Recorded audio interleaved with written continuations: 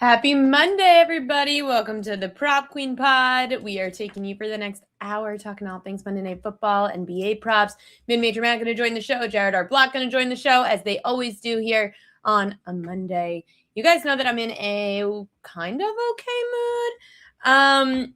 My Baltimore Ravens season has lived on by some miracle. Thank you to the Cleveland Browns for upsetting the Pittsburgh Steelers as 3.5-point dogs at home.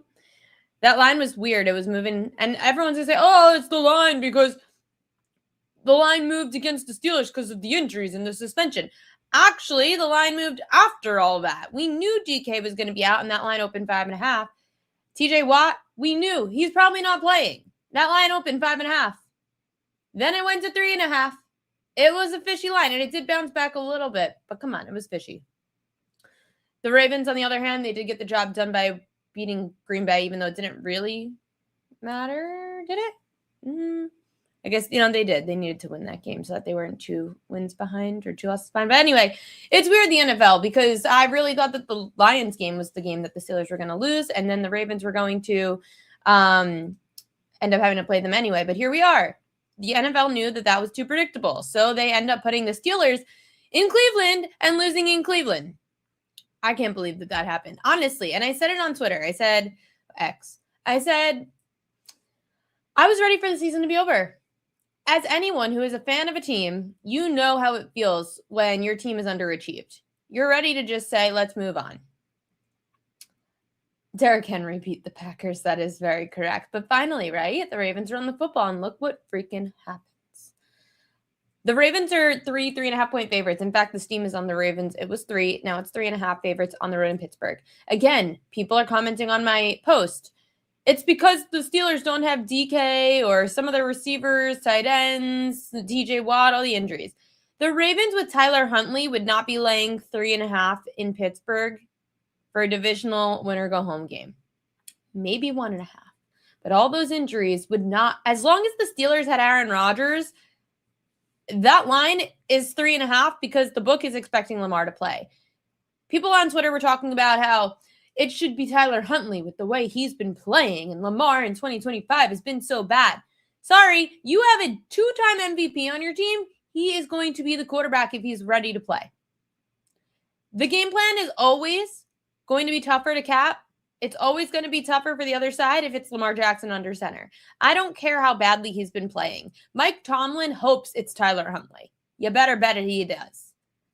Tyler Huntley just played the Green Bay Packers and the New England Patriots, 2 teams that are not in his division, and one's not even in his conference. Mike Tomlin knows how to analyze the game and break down a game with Tyler Huntley in it. They've played him.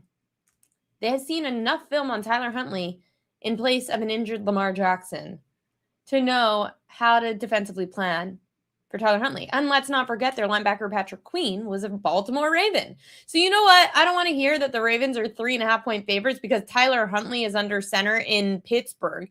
It's because the book is expecting Lamar to play.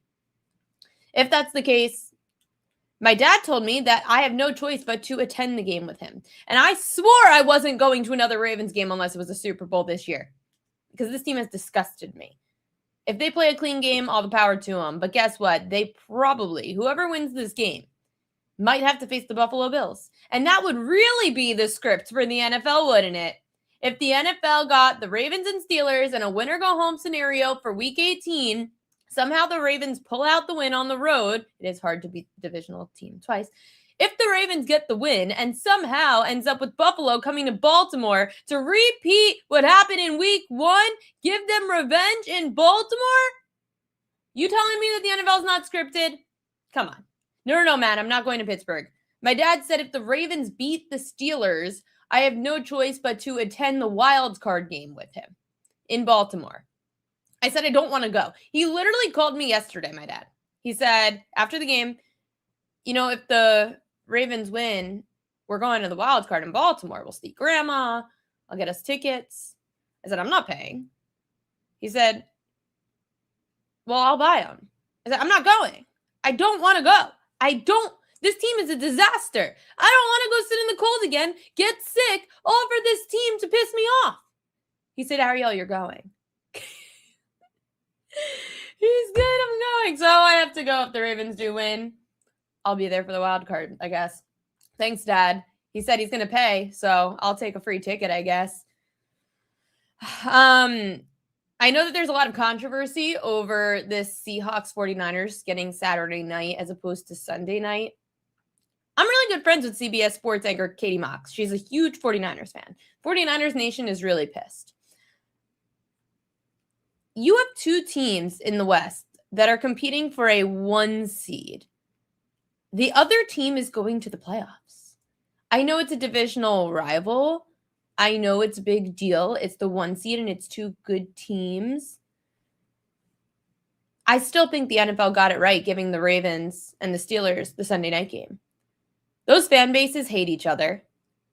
It is one of the best rivalries in the last 30 years in the NFL. Granted, it hasn't been the same since the loss of like a Ray Lewis, Terrell Suggs, etc. But this is win or go home.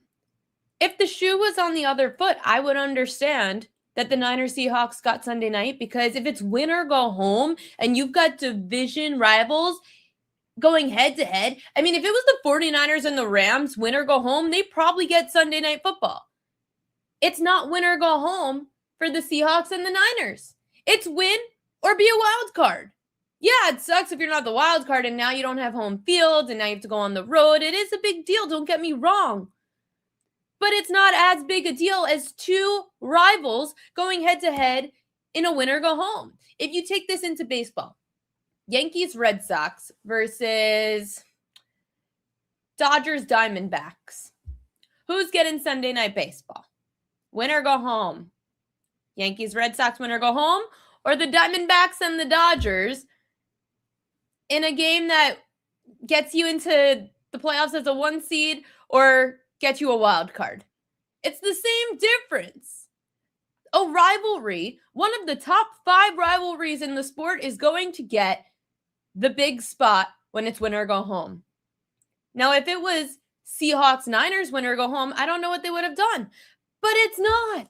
They're both in the playoffs. This is the dumbest argument I've ever heard. The Ravens and Steelers is the correct choice for being Sunday night football this coming weekend, week 18. It's also Aaron Rodgers. Is he going to play again next year? Is he not? In fact, I have some Steeler fan friends that said they hope that Aaron Rodgers gives them 1 more year so that they could tank and get a good draft pick. Crazy. I know that San Fran and Seattle is a rivalry, but it's a chance for I'm not saying it's not a big game. I'm saying it's 1 seed or wild card. It's not 1 seed or go home. That's why I said Ravens Steelers being Sunday night made more sense, because it's win or go home in a rivalry, not 1 seed or wild card still in the playoffs rivalry. There's a lot more at stake if you miss the playoffs. There's not as much at stake if you, sure, it is a big deal to get the 1 seed and have home field. Abso-freaking-lutely. I'm not taking that away from them. But they're still in the wild card if they lose. They still make the playoffs. Again, this argument is just boggling my mind that people actually think that there is an argument here. I'm going to bring on mid-major Matt. His Eagles are in the playoffs, and his Eagles don't have to worry much this week either, because there's not much else the Eagles could really do, Matt. Yeah, they can get the 2. If the Lions show up on Sunday and win, they can get the 2, which means 2 home games. You think the Lions care to play? Last time I checked, their mediocre head coach Dan Campbell will have them ready for that game. Dan Campbell will have the motivational speech that will get the Lions ready for week 18. So, but why? They don't need to do anything, and they should have been a Super Bowl contender, and they're not even in the playoffs. It's Dan Campbell. The one thing he does well, and I'm sure there's other things, but like the one thing he does well is motivate his team, and he'll find something to do. It's Ben Johnson on the other sideline. Like it's their former offensive coordinator who abandoned them for a rival in the division. He'll get them motivated. So, and look, the line's only 1.5. So like Vegas seems to think that the Lions are going to show up for this game. So I listen, I think the Eagles should play for a half and then evaluate things at halftime and see where the game is between the Lions and the Bears. I want to get your view as a non-biased person on this because I was getting a lot of crap on social media. I really don't think I'm biased about this. Craig Abel says that I am biased. I believe a winner go home scenario is the better Sunday night football game between rivals as opposed to a 1 seed versus a wild card. You're right. Carolina and Tampa Bay should be the game Sunday night. You're right. I mean, that's, Baker Mayfield and Bryce Young. Of course, you're right. That's 100%. No, that was definitely what I was going for. No, I agree. And by the way, I'll tell you this right now. I'm not betting the Ravens if Lamar plays. If Huntley plays, I will bet the Ravens. If Lamar plays, I'm taking the Steelers. Lamar, this just came to me today, and you're an NBA person. You're not as close to this as I am. Lamar Jackson is Joel Embiid. Like, they both have hollow statistics. They both were MVPs, yet they've won nothing in their careers. And so, like, they are really, don't get me wrong, Lamar's really good. Joel Embiid's really good. Also, you're leaving out the off-court, off-field demeanor. It almost feels, and I don't know this, I am not able to verify what's going on in that Ravens clubhouse. They're all very tight-lipped. It feels the chemistry is off versus last year, almost like players are over the whole Lamar diva stuff that he pulls. There are still practices that happen later in the afternoon because Lamar doesn't like to wake up. That's known. There are probably other things going on that the Ravens organization allows for Lamar to do. It feels like something's just off, and not just because of coaches. 100%. I mean, and that's the same thing. You're saying the same things like Joel Embiid. Like, he's late to practice sometimes. He doesn't like showing up sometimes. Like, he doesn't show up other times. So, like, the comparison just hit me today. But I think this should be. You know what? I think this you should consider quietly shopping Lamar in the offseason to a Miami, to a Vegas, to a Giants. It won't happen.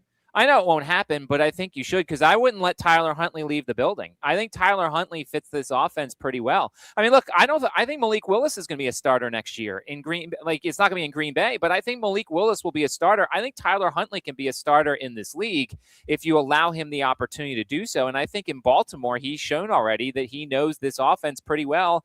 And look, Derrick Henry had an awesome game against the Green Bay Packers last week with Tyler Huntley in there, not Lamar Jackson. Sharon Stokes, you said, I think I saw if the Rams win both there. The 5 seed, yes. And I'm trying to remember. I think that was all. But here's the thing that mattered with the Rams game is if they win the next 2 games and are the 5 seed, they have to play the NFC South as opposed to playing the Bears and the Eagles. So that helps a lot too. That's why the Rams will play. See, I think the Rams are not gonna. I think the Rams are not gonna care that last game. First of all, they're playing the Cardinals, so they should win that game rather easily. But the point is, wouldn't you rather play the NFC South on the road than have to face Chicago or the Eagles? I mean, I don't think the Rams should be scared of anybody. I mean, I'm definitely afraid of the Eagles seeing the Rams. So, like, I hope that they don't line up with us however it happens. But, yes, I mean, I think it depends on how tonight goes. I think tonight could be closer than people think because who knows trying to guess what Atlanta is going to do on any given day. We were saying this last week. Well, I was saying this last week. It was a perfect fade spot for Atlanta last week because it was a divisional game the week before that, kind of a dead spot. Then Monday Night Football, last big primetime game. When your teams are eliminated, you play up for primetime, especially at home, and you'll play up against your division. And that is a primetime home game right now for Atlanta tonight. So I do think that they could play a little bit tough. And that line is moving against the Rams tonight by a point. I saw the line was 8.5, and now it's down to 7.5. So let's take a look at some of your props that you're looking at on the board. You do like Kirk Cousins over 1.5 touchdowns. How come he's throwing at least 2? Yeah, you look at the last couple of weeks. Sam Darnold had 2, Goff had 3, Brissett had 2, Bryce Young had 3. Heck, Mac Jones had 3. Like, this secondary, like, this defensive line's really good. Don't get me wrong. But, like, this secondary is highly exploitable. Is like, you can definitely beat these guys. And whether Drake London's in there or not, I still like Kyle Pitts. We know Bijan is a really good receiver. We'll see. You see that a little bit later on. So I think that this Falcons team can keep up with the with the Rams tonight, and I think that Kirk Cousins is going to play pretty well. He's gone over multiple passing touchdowns several times this season, and I just think he's going to throw it a lot. They want to go to Bijan and everything, but, the Rams are more of a pass funnel than a run funnel, so I feel like we're going to see a lot of Kirk Cousins attempts, and all you need to do is break one and then break another one, like in the inside on the turf and everything. I just think the Falcons offense finds some success, and that means you like that throws for 2 touchdowns tonight. Blake Corum, the running back for the Rams, over 9.5 carries. How come you're going Corum route as opposed to their starting running back? I mean, if you look, Corum's getting more and more work every game. I mean, he is a guy that they really trust. And here's my thing. Like, the Rams sort of kind of have an idea of what they're going to do. We just talked about it. Like, they could be the 5 and everything. But if you're the Rams, how much do you want Kyren Williams running in a game like this, knowing you've got a short week next week? Remember, they will play on Sunday. So this is a short week for the Rams. So that they're going to want to get us some work for Corum. Corum's seen an uptick in carries, 14 against Seattle, 11 against the Lions, 12 against the Cardinals. I think we keep seeing them come up, and I think that's going to also keep Kyren Williams fresh. It's going to keep both of them fresh for next week and for the postseason.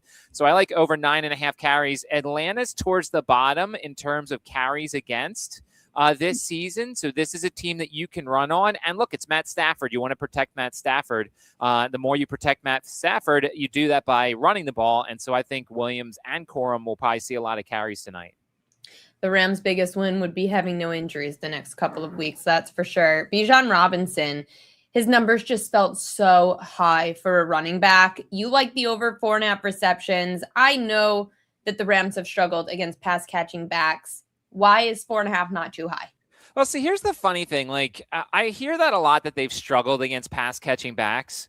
I mean, McCaffrey had 8 catches in his 2 games, and then Jonathan Taylor had 5. But, like, if you look at a lot of the other numbers, I mean, Zach Charbonnet had 4, Jahmyr Gibbs had 4, which is kind of low for him. So, like, I don't know if they necessarily struggle. I think it's more the fact is this pass rush could get to Kirk Cousins, and what's better than dumping it off to Bijan Robinson? Like, if you have really short routes and if you don't have a ton of time in the pocket, you're going to throw it to the running back really quickly. So I think Bijan Robinson, a guy who regularly has 6 or 7 receptions, could have that once again tonight, because he is essentially like Christian McCaffrey in that, they use him and they use him a lot, kind of throwing to him and all sorts of stuff. So if Christian McCaffrey can get 8 receptions in 2 games against these guys, then I think Bijan Robinson could certainly go over 4.5. Does it matter to you if Drake London's in or out for that prop? No, no, it doesn't. Because once again, I think Drake London plays tonight. I mean, we haven't heard anything bad. He's questionable. You're right, but I'm just saying, I feel like that it's one of those situations where, once again, if the pass rush is going to get to Kirk Cousins, he's not going to have a lot of time to throw it anywhere else. And so therefore, I think he's got Bijan Robinson as a great safety valve. And the good thing is, Bijan Robinson doesn't necessarily, he's not a blocker. He's not a third down blocking type. So therefore, I think we're going to get plenty of Bijan through the air tonight. Then, of course, it's prime time. Got to ask. Kicker Whisperer, any kicker props? So it's We're funny. Inside. We are inside. It's funny. This morning when I looked, there was not a lot of Harrison Mevis props because I don't know. Were we not sure he was going to be the guy tonight? But like when I looked this morning, his field goals over 1.5 was -160. I didn't really like that. Atlanta is allowing almost 3 field goal attempts so far this game. They're 31st in the league, 2.3 at home, 2.8 on the road. The Rams actually are towards the top. Now, at home, the Rams are allowing 2.6 field goal attempts per game. On the road, they're actually allowing 1.1. So I'm not really going to look at incorporating both of them. But if Mevis comes down a little bit, I might look at his over 1.5 field goals for tonight. I also look and think that I think the Falcons are going to score tonight. So I kind of like, and I don't know if it's still this way, I'm trying to look and see. I kind of like Zane Gonzalez over 1.5 extra points tonight. I don't know what the juice necessarily is for this one, but like, I expect the Rams to score tonight, or the Falcons to score tonight. This Rams defense, if you can give yourself some time in the pocket, you can exploit these guys. And I think Bijan's good for 1 long touchdown run. I think the Falcons are going to score a bunch tonight. I'm trying to somewhat stall here to see what. Oh, wow. Zane Gonzalez over 1.5. This was not what it was this morning. It's -191 right now over 1.5 PAT. So clearly everybody else likes that. That could be one of those things. If you have one of those boosts that these books give you, like a 20 or 30% boost, and you still kind of like it, you use your boost on it and bring it down a little bit. But Yeah, minus 191. That is not what it was this morning. Oh, yesterday I had a friend. We do those squad rides on Picket where you have like a bunch of different people that you could add to your parlay. My friends and I were 4 of us. We each had a leg. One friend of mine on a 3-point prop put in a minus 295 leg, and I wanted to kill her. I was so mad. I mean, on a 3-point prop. That's tough because like you and I have talked a lot about our K props and stuff, and like there's K props we really love, but I who stretches it a little bit more than you do because I play some minus 150s, minus 160 occasionally. That is just on a prop that's just ridiculous. Like on a team money line, I believe on it, a money line on a UFC fight. If you've got the bankroll, but when we're betting $10 a leg, because they want to bet $10 a leg for 4 of us, and it's a $40 bet, you can't be laying minus 295 on a 3-point prop.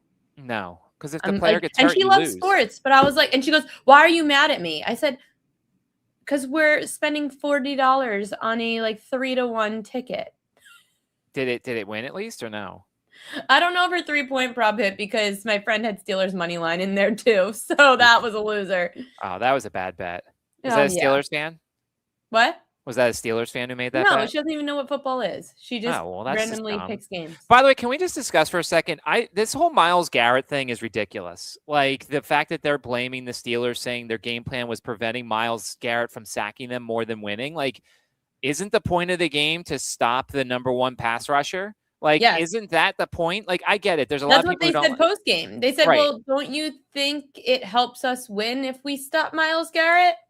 I think that the Mike Tomlin hate is getting ridiculous. Like, I just don't understand it. I understand when your team is mediocre for so long that you get frustrated. The problem is you should really be blaming your front office for not developing or drafting a good quarterback. And that's my problem is you look at what he's had. Like the fact you can look at it as his record is mediocre, but let's look at his quarterbacks. I mean, I don't even know if Sean McVay could win that many games with Mason Rudolph or with some of the other guys that they've had in the past. Like, the only one that might be able to is in San Francisco. Because what is going on in San Francisco this year is insane. I ruled that team out weeks ago because of all the injuries. I'm not a Kyle Shanahan guy. I'm not. I think he's overrated too. Let's see him win in the postseason. Do you see what he's doing with the team this year? Come on. You got to give him credit. Regular season hero. Great. Let's see what he does in the postseason. Let's see what he does. Do it in the postseason. Yeah, that's great. You're going to get the 1 seed, and all the stories are going to be like, well, you're never going to have to leave home the rest of the season. But, like, I'll guarantee you if they get the 1 seed, they're not going to the Super Bowl. Guarantee it. Okay. I'm just Shanahan's a great, don't get me wrong, he draws up great plays. He is a mastermind when it comes to offensive sets. Side of the ball, and maybe Fred Warner comes back from injury. I'm just saying, the guy doesn't go for it on 4th down when it matters. He has a terrible feel for in-game play calling and stuff like that. He's a great coach, don't get me wrong. But, like, when it matters, he's punting too much. McVay has that problem, too.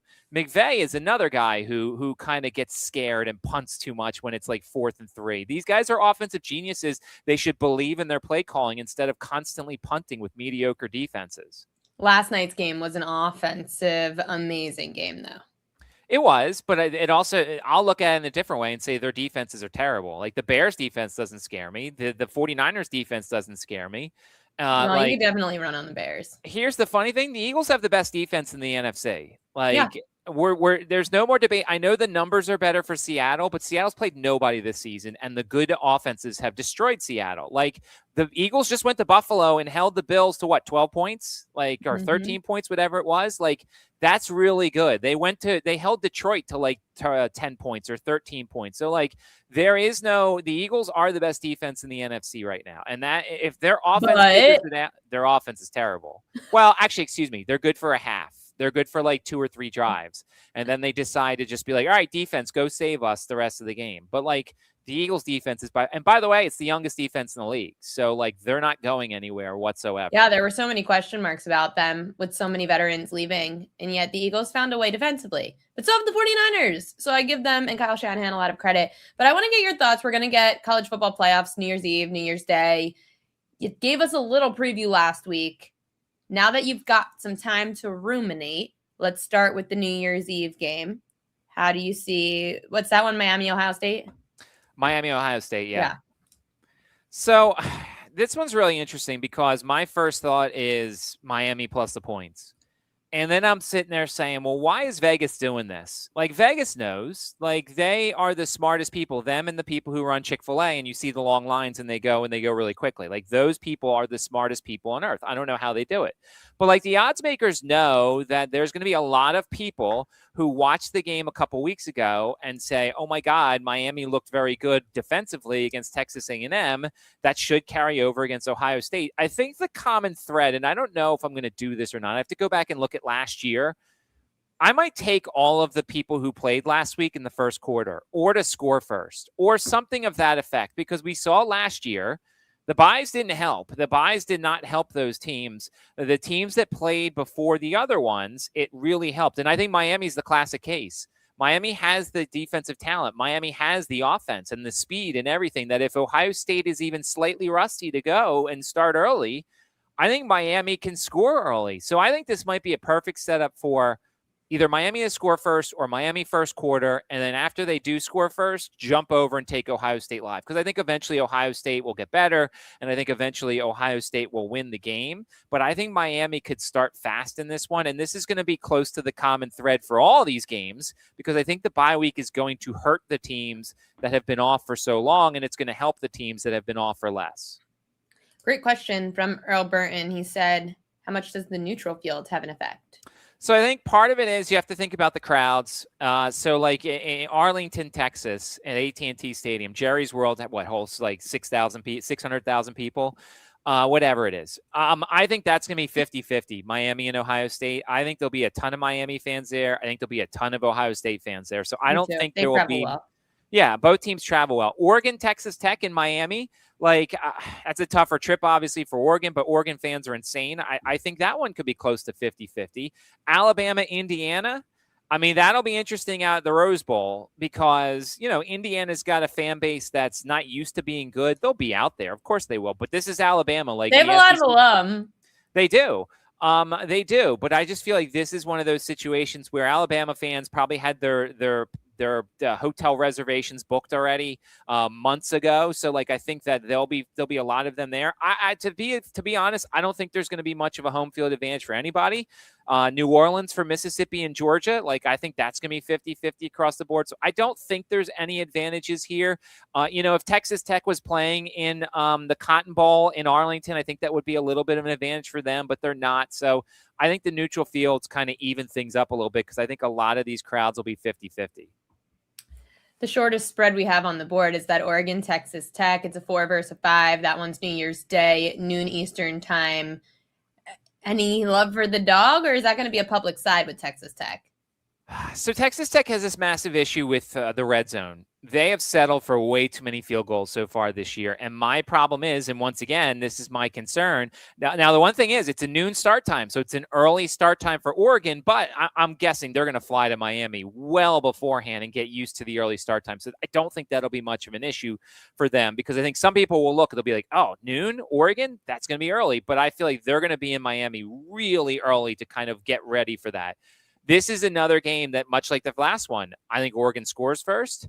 I don't know if Texas Tech comes back. And you're not going to get a better line because Oregon's favored here. But I think the fact that Oregon had an opportunity to play a couple weeks ago, I think that's going to help them. And I think Texas Tech settles for way too many field goals, and you can't do that against this Oregon team. Now, the Texas Tech defense is way better than a lot of the defenses that Oregon has seen so far this season. Oregon has played a lot of the lesser teams.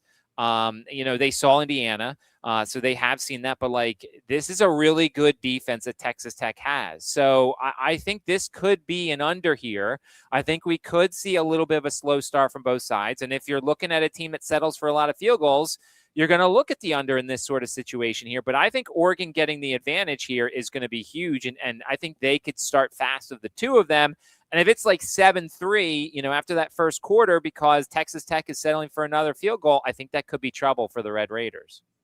Listen to the kicker whisperer on those field goals. We've got Indiana 1 seed up against Alabama a 9. Indiana's laying 7.5, which is just a crazy number to see Indiana against Alabama, just from historical standpoint. How much will somewhat of experience matter here for the Alabama players? So I think it will a little bit, and Alabama's getting healthier. I think I read DL Overton, who's one of their best defensive players, is going to be healthy for this game. He wasn't, I believe, last week or last game. So I think Alabama's getting healthier, and I think the fact is Alabama's been in this situation before. Not to say Indiana hasn't, but Indiana last year fell short. And so, I saw somebody say that Indiana's been on the award tour lately and like they're not going to be 100% focused for this game, which I think is ridiculous because they've had enough time to go and get the Heisman Trophy and all the other stuff that Kurt Sinetti's won. But like in this situation, these are two great coaches. Normally I like coaches when you have a game like this, but like Kalen DeBoer with Washington, and Washington made the championship when no one expected them to with Michael Penix Jr. This is a tough game for me. This could be a live betting game for me because I just feel like Indiana is a very good team. But once again, the layoff here is concerning for me. The problem is I don't think Alabama's offense is good enough to take advantage of it. Like we talked about, I think last week or 2 weeks ago, Ryan Williams was one of the best wide receivers in college football last year. He was like 17, 18 years old, and everybody was talking about how great he was. This year, he's been okay, and he's dropped a lot of passes. Him and Bernard, like Alabama's towards the top of the league, towards the top of the country, and dropped passes this year. So I don't know if Alabama's offense can take advantage of a slow start here. I think that both of these teams could struggle a little bit early on. The total is 48. Like I almost, and I'm looking now, 10 and a half's the first quarter. I almost would consider the first quarter under here.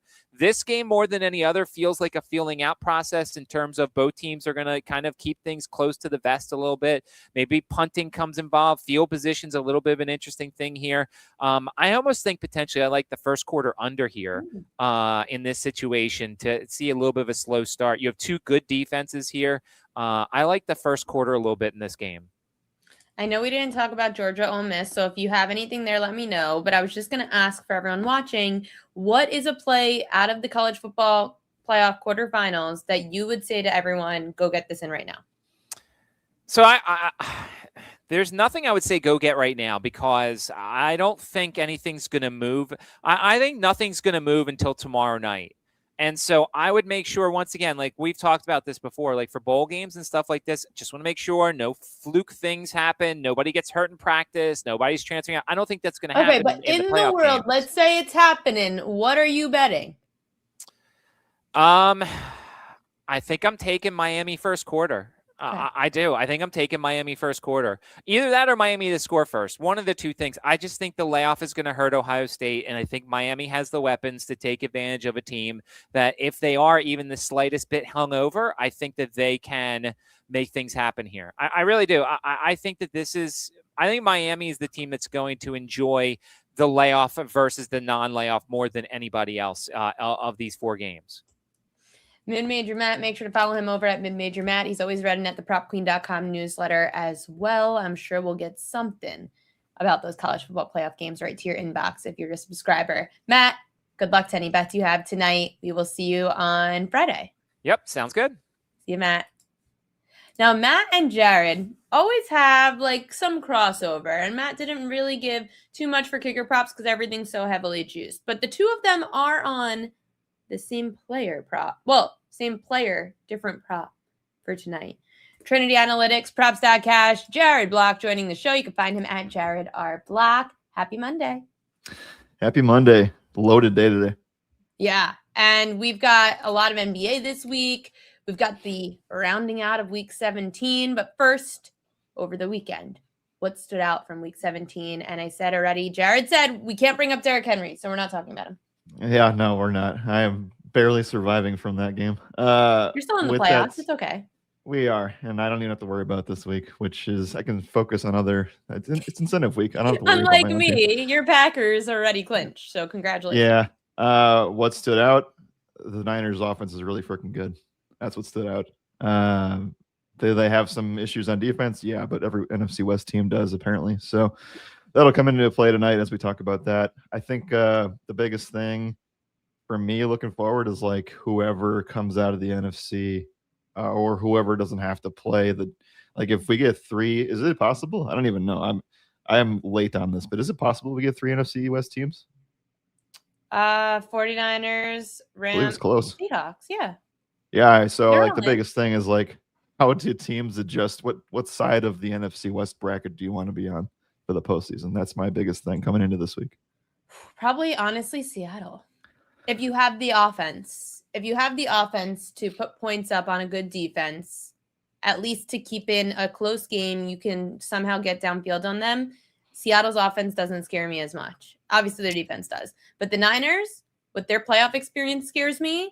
And the Rams, their experience scares me, especially Matt Stafford. Who knows when his last year playing is? There's so much, I'm not going to go on and on. But my point is, the Seahawks having their quarterback, Sam Darnold, doesn't scare me as much as Matt Stafford and even a Brock Purdy, but Christian McCaffrey and that Sean McVay, etc. Yeah, the one thing the Seahawks don't have too is elite skill players probably coming back for the postseason. We should expect Kittle back, and we should expect Devontae back, both who are probably not playing this week. Devontae not playing tonight, most likely. We'll find out. Yeah, that soon. wasn't surprising. Dr. Chow said he didn't expect him to play the rest of the regular season. He shouldn't. No, it's not worth it. Seattle also losing Rashid Shaheed probably until the postseason. That sucks. So, yeah, I guess we'll see how it goes. But yeah, the main takeaway for me is like NFC West seems like that's where the NFC title contenders coming from. Yeah, it's an insane division, and you absolutely love when you've got all the challenges and knowing that they were battle tested. But let's get to tonight. We've got the Rams on the road in Atlanta, primetime Monday Night Football. We're actually on opposite sides of this. You like Matthew Stafford over 24.5 completions, which is interesting because I actually saw him at 22.5 yesterday. Really? Yeah. Okay. Let me just check because that was what props.cash gave me, and sometimes let me double check Pickett because sometimes I saw 20, which is good for your over if it's 22.5, but I had under 22.5 for my own reasons. Yeah. Prize Picks says 22.5 as well. That must have been something that the model didn't get. Sometimes props.cash has numbers that haven't adjusted. Like they'll have like an alternate number. Sometimes it's weird. That tells me like maybe a line set pre Devontae Adams news, whatever the case is there. Wanted to just mention that I put that in here because it did meet the props.cash primetime situation. They've played 3 games this year in primetime. Stafford has completed 25 plus passes in all 3 of those games this year. So if you like that kind of thing, that this is great for that. Some things to back it up. He essentially, you can see and find all the passing yard numbers you want. He's been phenomenal with that. He's thrown multiple passing touchdowns in nearly every game this year. So from those angles, everything looks really, really good. The main thing for me specifically here is that, number one, and this kind of bleeds into some of the other props that we're going to talk about on the show. And if I don't get to it, here's my chance to get to it. Number one, the Rams are throwing with one of the league's highest pass rate over expectations. It's the 3rd highest. That has even stayed consistent with Devontae being off the field. It's plus 3.4%, which is one of the highest clips in the league. To put it in perspective, like Chiefs, Bengals, they're up in the 5% range at the top of the list. So Rams, push comes to shove, they are throwing in neutral situations. And I guess I don't have this on my list, but something to add to the whole conversation of why I like Stafford today a lot, and I'm sure you as well as many other people do, is that the Falcons have done a really, really good job since getting obliterated by Jonathan Taylor overseas in the 200-yard game that he had. They have limited opposing running backs to really, really low markets. Like 80% of the last 10 opponents from them have not gone over their receiving or rushing plus receiving markets when it comes to running back stuff. So if the Rams can't run the football, which I kind of have my doubts on them being able to, it's going to have to result in Matthew Stafford and him doing the thing. So I like longest pass stuff from Stafford as well. I like completions. I like pretty much everything for Matthew here because it is a glorious matchup, and the Atlanta Falcons have kind of just fallen apart from a secondary perspective the last 2 months of the year.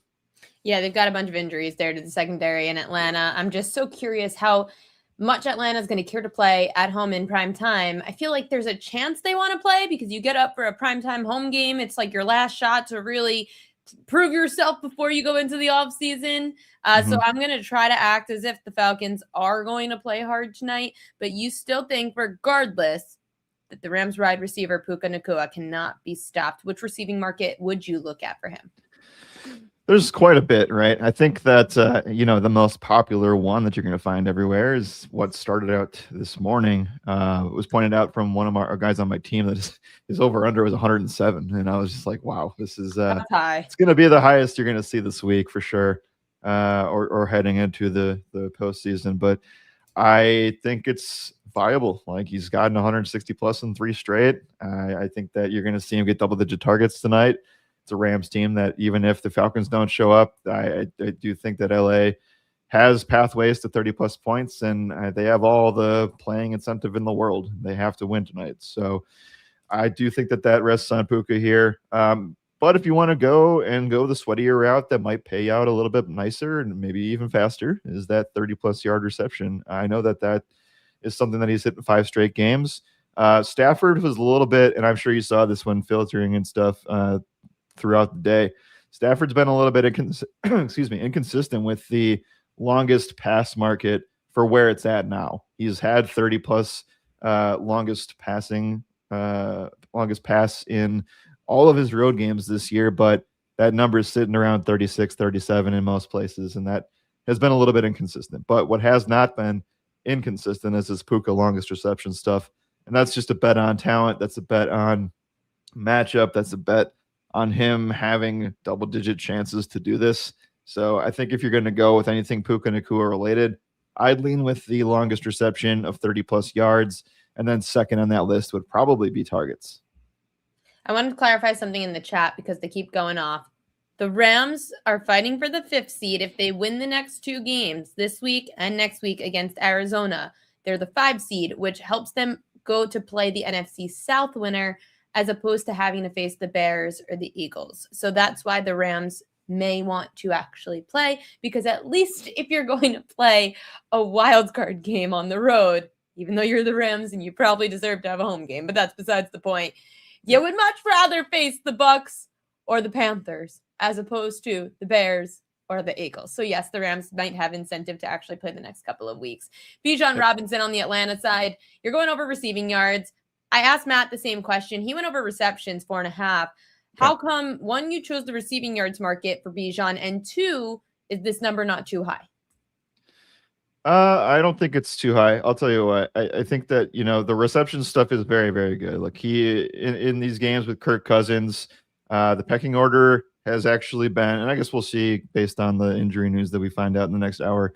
It's been Kyle Pitts at 35% and Drake in Kirk Cousins games. Kyle Pitts leads the team with 35% of targets, and then it's Drake London at 20%, but above him has been Bijan Robinson, who's been hovering in the 22 to 25% range in these games. He's had back-to-back games of 11 plus targets. I'm sure that's why Matt likes the receptions. He's had 7 in back-to-back games as well. And you've seen him just be this team's secondary receiving option, where Drake London has not been 100% now. We'll find out the Drake London news here shortly. I'm not sure if there's really incentive for him to play the next couple of games here, but again, we'll see if they let him go out there or not. What I do know is that Bijan will be good to go in this one, and I think that anytime you have a market like this, I kind of want to just bet on the guy ripping a long one, and that's kind of what Bijan can do anytime he touches the ball. So I want to go from a receiving yards aspect of this. I kind of got burned with this because I played the McCaffrey receiving only last night, and I should have probably trusted my gut and ran rush plus receiving. But I hate that. Yeah, the reason I won't do that tonight, though, is that the Rams have been a really good run defense, but they have been leaking to actual receiving running backs. They have allowed the 4th most receiving yards to running backs over the past 4 weeks. So unlike the Christian McCaffrey stuff last night, I'm going to go back to the well on the running back receiving yards. It's a great matchup for a Rams defense that has been bottom 10 this year in receiving yards allowed to running backs. Question from Earl Burton. He said, not getting any money on Puka anytime TD. What about 2 touchdowns for Puka? Yeah. I mean, look, I think that's the main way that the Rams have been scoring touchdowns without Devontae has really just been, is it going to be Puka or is it going to be one of the running backs now? We talked about, this is my second chance to bring up the running back spot for the Rams, because I have a tough time really believing in a lot, though I know, like, look, they're giving them a ton of work. Like, Blake Corum is essentially, getting like 40%, if not 50% of the running back touches. I like Matt Corum over 9.5 carries. Blake Corum over 9.5 carries. Yeah, I like that too. That's actually been something they have been willing to do, and coach speak has held true. About a month ago, Sean McVay said that they were going to give Karen Williams some less workloads to enter the playoffs, and we've seen that, and it has resulted in a lot of Corum rushing touchdowns. So if you had him in your flex in fantasy, you might have gotten a huge playoff run from him. What was the question though? Puka 2 times, 2 touchdowns. That's where I'd play it. I'd also play. I like to do first or last too. Correct me if I'm wrong. Are you looking for value on Puka, or you want value on Puka anytime TD? Yeah, I don't think you're going to find any value on Puka anytime TD. It's very tough. Yeah, if you want to go Puka tonight to score a touchdown, you're either parlaying it with something else, which I don't necessarily love doing, or you are just playing. If you're playing FanDuel or DraftKings, like I know that they have both first and last touchdown options. Those seem very logical to me, because I do think that I don't really see this being necessarily a close game. Like my final score predictions: Rams 30, Falcons 21. I think that initially Puka just goes ballistic in the first 3 quarters of this game, and then they may try to run the football out in this one. So if anything, I think you go Puka first touchdown score. Another question, AWB4. If you like Bijan over receiving, do you like him under rush attempts? Let's look at this here, because I had not thought about that today. 20 pretty consistently in these games. They were up by so much too against Arizona, and you fell short. Look, they're willing to give Tyler Algier work on the ground, though I worry that they just continue to give Bijan a normal 23 plus touch workload. So I would say I'm uncomfortable in giving an under. So that'd be my final stance. He has not shown any signs of like decline in terms of the rushing markets. This is just a tougher matchup. Let's switch into the NBA, because we've got NBA action tonight, and everyone knows that if you're going to bet something that's not in the primetime slot, like football, then you might find some value tonight in the association. So you're going with Giannis, who's returned, the Greek Freak, and apparently I did see that the fans were like, yeah, we don't care he's been hurt. We're going to vote him in for All-Star anyway. Giannis over 26.5 points. Why are you going with your guy? Yeah, I'm going with him because he has had a day off in between games. Like if this was a back-to-back, they would not be playing him. I think they feel pretty comfortable playing him in the 25 to 28 minute range. And he proved that in a great restricted area scoring matchup that he was able to almost score 30, I guess 27 if you don't count the windmill that happened in the final 10 seconds.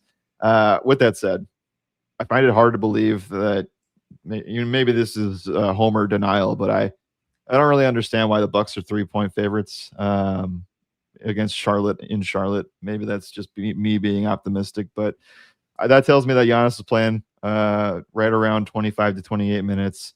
I think this is one of the best matchups on paper for power forwards against Charlotte, who's been a bottom 5 unit against this position all year. And specifically over their last 7 games, they are giving up a ton of restricted area scoring. Giannis should be in the range of 7 to 8 field goals made per game in that zone. And then obviously you add on all the free throws and the mid-range scoring on top of that. And I do think that something that needs to be stated more is that I think that do you know the windmill story? Do you need me to catch up anybody on that? No, I do not know the windmill story. So the Bucks activated Giannis in Chicago for the Bulls game over the weekend on Saturday, which was actually during our Ravens-Packers game, so I didn't expect anybody to watch that. But with that said, they were up by 10 and with like a minute to go, and it's similar to the 3-0 don't swing on 3-0 thing in baseball, where it's like it's an old school like you don't do this kind of thing for sportsmanship, where like you don't score on the team before the game is over, to kind of just like they just dribble it out, whatever, call it a game. Giannis decided that he wanted to go full sprint, 3/4 of the court, wide open windmill dunked from the free throw line to finish the game as time expired when they were already up 10. So it caused quite a controversy. Benches cleared, fans booed, coaches had to get involved to separate everybody. So he said post game that what do they have to lose? Like they're like 10th or 11th in the East, and if this is the moment to save the season, he doesn't care if he has to break a couple of rules to get his team motivated and fired up. So I think he comes out really hot tonight. 30 points is certainly in the picture. And on top of that, it's just a lower betting market in general because Vegas is expecting him to not play a full allotment of minutes. Sandro, I'm actually shocked you're betting a Toronto Raptors player, by the way, because we talk about all the time how hard it is to handicap them. I'm going to try to pronounce this. It should be a hockey name. Sandro Mamukelashvili. Not bad. Not bad. Pretty close. Yeah, you're pretty close. Mamukelashvili. The only reason I knew that is because he went to Marquette College, which is like 10 minutes from my house. So, he went to Creighton, but then he played for the Bucks. So it kind of all went full circle. So I know the name. The main thing here for me is that we know that RJ Barrett's out for another week-ish. And we know that Jakob Poeltl's out for another week-ish. And we also know that their backup power forward, Colin Murray Boyles, is dealing with an illness. He's going to play, but how much he plays is to be determined. He can play anywhere from 14 to 20 minutes. So I do expect Sandro to play close to 30 minutes, which is what we've seen when Poeltl's been out. And this is a really, really great matchup where they're going to need size. Obviously, Wendell Carter on the other side, Goga Batadze there too for this Orlando team. And I know it is really hard. I try to stay away from Toronto every chance that I can get. But specifically for this game, this is more of a defense first position matchup where I'm going with the rebounds and assists market. If you want or only have access to one thing, I would play the rebounds market. The Orlando Magic have allowed the third most rebounds to opposing centers over their last 7 games. And guys have specifically been able to like go 2 to 3 over their actual market. So Sandro to get some rebounds here. I think the double-digit market's certainly in play. You've got the T-Wolves laying 6 on the road at Chicago. The Bulls defense, not so great. I assume size and mismatch is why you're going with Julius Randle tonight? Yeah, so I think that this line is wrong. I don't think that Minnesota should only be 6 points against Chicago here, but maybe it is the road thing. Whatever the case is, where I want Julius is the PRA market. We'll talk about why scoring is solid, but whenever we get huge pace up spots and differentials, this is something where I love to take advantage of more possessions and more opportunities for rebounds and assists. We already know that Julius Randle is averaging almost 10 potential assists per game. He's averaging almost 13 rebound chances per game over the last 30 days. We also know that the Bulls are running at one of the top clips in the league. So Minnesota 19th versus Chicago's 4th. That's a huge up in pace scenario. And like we always say on our podcast, whenever we get huge pace up spots for teams, that means more possessions, which means more opportunities for peripheral stats. And then finally, Julius, we know that the Bulls are allowing the 5th most points to power forwards, the 7th most rebounds to power forwards, and the 8th most assists to power forwards over their last 7 games, which means that it is a top 3 matchup in the NBA in terms of defense first position for Julius. And then speaking of size, we're talking about the Houston Rockets. You said big spreads. This one's a big one. Houston laying 14 against the Pacers tonight. Jabari Smith Jr., how come you're not worried about the double-digit spread? I am slightly. So that is definitely like the one red flag this spot represents. That's really like the only thing that you can say that is a red flag. You have another pace-up situation for Houston at home. Indiana runs middle of the pack, but Houston runs at one of the slowest paces in the NBA. So this is going to be a pace-up spot for them anytime they play a team like this. And we also know that the Pacers are just allowing a ton of paint shots, and they're allowing a ton of action and points in general to the power forward position. We should expect, with Alperen Şengün ruled out, that Jabari Smith should slide to the 4. They'll probably start Tari Eason, who usually has been their 6th man. And then Steven Adams likely is your starting center, but he's not going to play a full 11 minutes. So if you're talking about the best big man in this spot, it's definitely going to be Jabari Smith, who, even with Şengün playing, has scored 16 points in 8 of his last 10 games. So I don't think it's been enough of a boost to Jabari Smith. And yeah, one of the reasons that this could fall short or hook is because of a blowout. But I do think when push comes to shove, this is the best Houston play on this side. Can't believe we got a Toronto Raptors play out of you. I never thought I'd see the day. Yeah, if he doesn't work, then I'm not going to play this team again. Such a tough team to cap. Jared Block, catch him at Jared R. Block over at Trinity Analytics. Catch him at props.cash. You are the absolute best. Thank you. And I am sorry about what Derrick Henry did to your Packers. Oh, you had to bring it up. I'll see you next week. See you next week. That was the first thing Jared said when he came on the show. He said, "You cannot bring up Derrick Henry." I said, "Okay." We didn't really talk about it. I just said I'm sorry. Propaganda. Most bet on props of the day in Monday Night Football at BetMGM. Here you go, propaganda.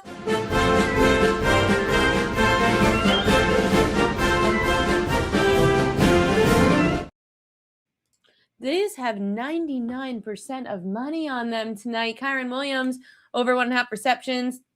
Blake Corum, over 44.5 rushing yards. Blake Corum, over a half a receiving yard. Matt Stafford, under a half an interception. Matt Stafford, under pass attempts. Kirk Cousins, over 220.5 passing yards. Colby Parkinson, over 3.5 receptions. And Tyler Algier, under 25.5 rushing yards are some of your most bet on props over at BetMGM tonight. Some other bet on player props. Kyren Williams over rushing yards. Williams over receptions. No one's buying that Blake Corum's going to take over for Kyren Williams tonight like the guys do. Both Mid-Major Matt and Jared Block believe that it's going to be Blake Corum getting some snaps tonight. The public says otherwise. Bijan Robinson under receptions. Remember, Mid-Major Matt had the over on receptions for Bijan Robinson. Blake Corum over rushing yards. Drake London over receptions. And then some of the most bet on anytime touchdowns. Kyren Williams, Puka Nacua, Matt Stafford, Jesus Christ, Bijan Robinson, and Kyle Pitts. You guys are laying a lot of money. Kyle Pitts, by the way, I'm not a fan of his tonight because the Rams are top 10 in least receiving yards allowed per game to tight end at 43. Kyle Pitts had a really high number at 55.5. The Rams are really good against tight ends. I'm staying away from Kyle Pitts tonight, even if it hits. Matchup-wise, it just doesn't feel like the right night. And maybe, I don't know, I haven't heard anything, but maybe Drake London is in. And if that's the case, I'm going to go over longest reception for Drake London, which I'll get to in a second. Kirk Cousins over actually, you know what? Before I even get into all this, let me tweet out that we are doing the Prep Queen Edges of the Day. Prep Queen Edges and Monday Night Football on now. Okay, so Kirk Cousins going over his completions prop tonight. Believe it or not, Kirk Cousins, when he's faced the 3 bottom 10 defenses in completions allowed, he's faced 3. When he's done it, he's gone over in 2 of the 3. He had 30 completions against Tampa and 21 against Miami. Seattle was the one he went under with 15. Cousins has actually gone over 20.5 completions in 4 of 6 starts this year. And the Rams are bottom 10 in completions allowed, allowing 23 completions a game. That's why 67% of quarterbacks went over their completions prop against the Rams this season. Bijan Robinson, you could look to his over receiving yards or longest reception. If London is limited or out, it makes Robinson a lot more interesting. He's up against a defense that's bottom 10 in receiving yards allowed to running backs. Against Tampa. So there's been 3 games this year where Bijan Robinson's faced the defense bottom 10 in receiving yards allowed to running backs. He had 100 receiving yards against the Bucks with the longest reception of 50 yards. He only had 8 receiving yards against Seattle. Longest reception was 5. But then in Arizona, 7 catches, 92 yards, a touchdown, and a longest catch of 41 yards. So 2 of the 3 went over for Bijan Robinson against teams bottom 10 against pass catching backs. The Rams are allowing just under 37 receiving yards a game to running backs this year, which is bottom 10. And over the last 10 games, 61% of running backs have gone over their receiving yard prop against those Rams. And then I said, I'll show you guys this on props.cash for Drake London's numbers. Props.cash, share screen. I'll talk about the Cousins attempts in a second, but Drake London's longest reception prop, if he's playing. Look at his longest reception prop in the last 10 games. 5 of the last 7 have gone over. He's averaging 27.5 yards per longest catch, 28 in the last 5. Then at home, 4 of the last 5 went over, averaging 35 receiving yards yards per longest catch at home this year, Drake London. And this season, if you look over here on the side for props.cash over on the right, you'll see 63% of wide receivers have gone over their longest reception prop against the Rams this year. Again, you could get this all at props.cash using promo code PropQueen. You get 50% off the first month. I love using this site. I use it on the show all the time. I use it when I handicap games all the time. It is such a great site. So yeah, Drake London would be an over longest reception prop because you're facing a defense that is bottom 10 in receiving yards allowed to wide receivers. The Rams are allowing the, I think, 5th most receiving yards per game to wide receivers at 160 a game. Drake London is the deep threat of this team. He's the only one. It's him, Kyle Pitts, and Bijan Robinson that have double-digit big catches, which is a catch for 20 or more. Darnell Mooney is next, but he doesn't have that many big catches this year. If Drake London's in, he's your deep threat. And they're really good, the Rams, against tight ends, which is why I'm staying away from Kyle Pitts tonight. So I would go Drake London over longest reception if he's in, especially because he does so well at home. The reason that I said no to Kirk Cousins' pass attempts on this list, it was in the newsletter this morning. I like the completions more just because if you look at, and I said this in the newsletter, Mark, when you look at the numbers, you'll see on props.cash, and I'll show it to you, actually. Hold on. Come on. Kirk Cousins. So when you look at Kirk Cousins' numbers this year, completions recently, 3 of the last 4 went over, but overall this year, when he's gotten, sorry, I want to put this up to starting. So 4 of 6 this year completions he's gone over, right? But then you look at pass attempts, and it's only 2 of the 6 games. So clearly the book is getting the completions wrong, which makes sense because they feel, well, the intent is there for Kirk Cousins to throw. It doesn't mean that he completes the pass, but it's actually showing the book is expecting Kirk Cousins to throw the football.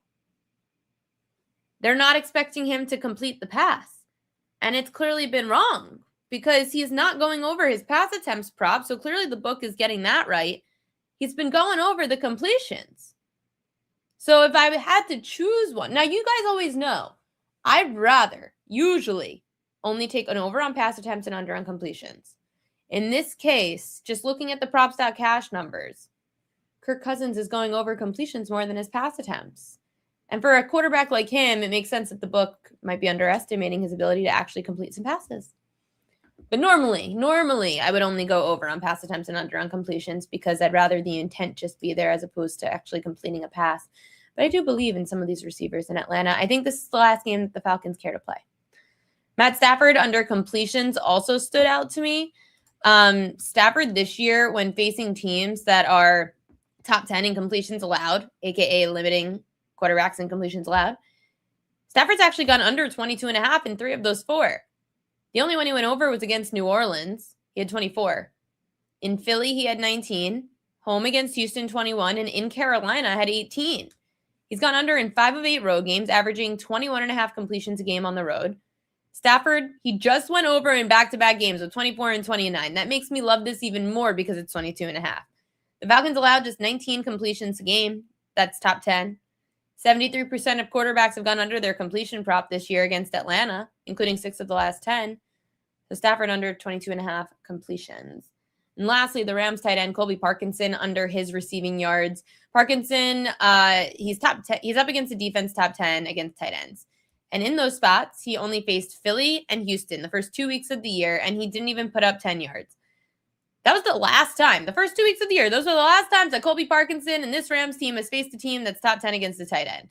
On the road, Parkinson's averaging 28 receiving yards a game, so this number feels a bit high. Falcons allowing the 4th fewest receiving yards per game to tight ends at 41. 64% of tight ends have gone under their receiving yard prop against Atlanta this year. So I'd be looking at the under on Colby Parkinson tonight. I actually think both tight ends are going to be able to get limited tonight by these defenses who are top 10 against tight ends. Before I get to Royal Locks of the day, since we are 5 minutes over, 2 things. One, for Prop Queen subscribers, I'm going to be sending you guys a Week 18 cheat sheet coming out right after the Monday night. I'll send it tomorrow morning because I have to update it based on whatever the Rams do tonight. I'll also be giving it out to anyone. I'm going to be giving it out to free subscribers. It's going to be completely free. It's just going to be a cheat sheet on everything to know going into week 18. What's at stake in the games, and the contract incentives will be in there as well. Just a nice little cheat sheet, free. So make sure to tune in to the newsletter at thepropqueen.com. Free subscribers, go sign up for free at thepropqueen.com, and you will have it in your inbox tomorrow morning, the cheat sheet. I'll also post a social video, and we'll be sending it out that way as well. But if you sign up right now to the propqueen.com newsletter, even for free, you will get that cheat sheet right to your email tomorrow telling you everything that's going to happen in week 18, whether the game matters, whether it doesn't, and all the contract incentives, if you do like to bet the contract incentives. There were some interesting ones, too, that I didn't even know existed. I found them all over at Spot Track, which is super helpful. Craig, yes, I will be on tomorrow at 6. I'm still figuring out if I want to go on Wednesday or not, because I do have to do some behind-the-scenes stuff, and it's New Year's Eve. Not sure how many people are going to be caring on New Year's Eve. I also am going out for dinner, but not till later. I don't know. I'm debating on Wednesday, but tomorrow I'll definitely be on. I think. Yeah, I'll definitely be on tomorrow. I'll also be on Last Call at 7 p.m. Eastern time today. It's going to be me, Prez, and Teddy. We'll be doing I'm filling in for Joe Madden tonight at 7 on Last Call Wager Talk. So tune into that if you want Prez or Teddy's takes on Monday Night Football and a little NBA action as well. I know Wednesday's a lot of NBA. So if you guys do care, and college football, I know. So if you guys do care, do you guys want tomorrow, or is there stuff tomorrow is the question? Because I could do my behind-the-scenes stuff tomorrow, and then Wednesday have a show. Do we have a lot of games tomorrow? I didn't even look. I know Wednesday we did. NBA tomorrow. Only 4 games in the NBA. Hockey tomorrow. Ooh. Okay, Wednesday's the bigger night. Wednesday's hockey in the day. Ooh. Okay. So then maybe I'll do Wednesday. And then we have college football on Wednesday too, right? Not the playoff. I know that's at night. But we have bowl games New Year's Eve day. So should I do an early show? Noon Eastern we start? Jesus Christ. Ah, crap. Okay. I'll have to figure out Wednesday. So I probably won't do a show tomorrow then, and I'm going to do some behind-the-scenes stuff. And then Wednesday, we will have a live show. We'll talk NBA. We'll talk college football. Tomorrow's a very boring slate. Very few games. So I think that's what we'll do.